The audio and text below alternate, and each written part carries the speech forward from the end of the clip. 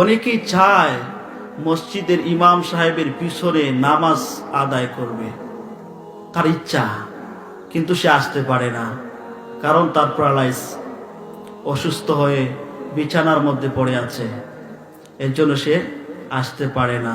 অন্য মানুষের সাহায্য নিয়ে সে চলাফেরা করতে হয়, কথা কোন ঠিক কিনা? কিন্তু আল্লাহ রাব্বুল আলামিন তো আমাদেরকে এরকম রাখেন নাই।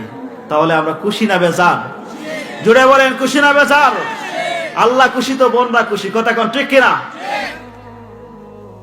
এই যে আমরা শুকরিয়া জানালাম, খুশি হলেন কে?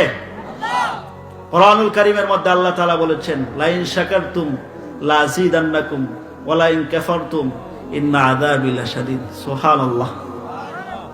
তোমাদেরকে যে নিয়ামত দেওয়া হয়েছে, এই নিয়ামত পাওয়ার পরে তোমরা শুকরিয়া আদায় করো।